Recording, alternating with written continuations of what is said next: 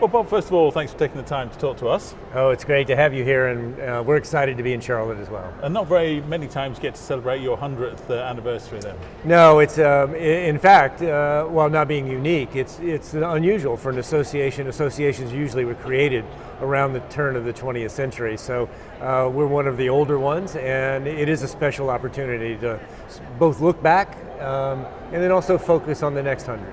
It's a really good opportunity, isn't it, to look at what's good about city management and to celebrate that this week. It is. I hope at least a part of the conference will be celebratory. We're going to try to do both substantive programs that look at the legacy of professional management and good government and local government, but we're also going to focus on the next 100. What are the issues and challenges?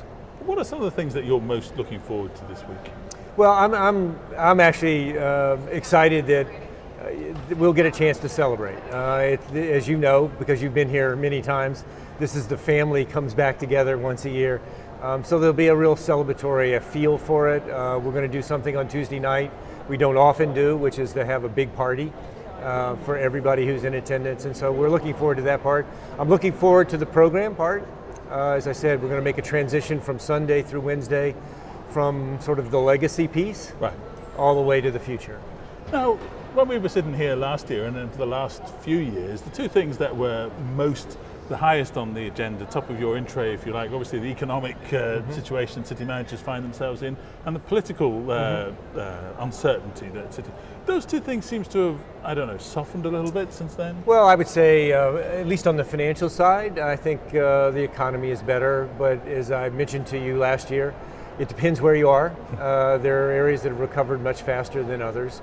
And so you'll see that diversity of where the financial conditions are. So finances will always be an issue. The political volatility is a significant one, is the lack of civility in the public discourse and the highly partisan nature of particularly legislatures, not necessarily city councils and county boards, but the legislatures in various states and the Congress itself. So and that has a way of permeating all the conversations down to the neighborhood level. One of the things that has been up and running for the last, couple of years now is the Life Well Run campaign. How's that been going? Well, it's been very exciting. The purpose of the Life Well Run campaign is to highlight the value proposition that professional management brings to communities and to local government organizations. And so we've had a chance to highlight lots of communities around the country and literally around the world and the great work that's being done to build wonderful communities to live, work, and play.